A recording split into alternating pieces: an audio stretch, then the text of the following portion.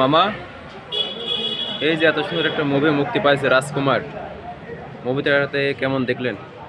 মুভিটা দেখে এক প্রকার অসাধারণ, বলার মতো আর কিছু নাই। প্রিয়তমা ফিনিশিং এর চাইতে রাজকুমার ফিনিশিং, মানে মুভিটার গল্পটা কি রকম? প্রিয়তমার চাইতে ভালো না কি রকম? চাইতে অনেক ইমোশনাল আরো বেশি।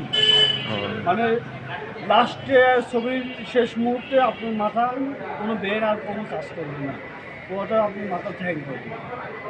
তাতে মামা মুভিটা দেখে আপনার মন্তব্যটা কি? আকাশে রংধনু যেমন 7 রঙের থেকে 8 রঙ হয় না, হুম, তেমনি বাংলাদেশ হিসাবে শাকিব খানের উপরে কোনো নায়ক হয় না।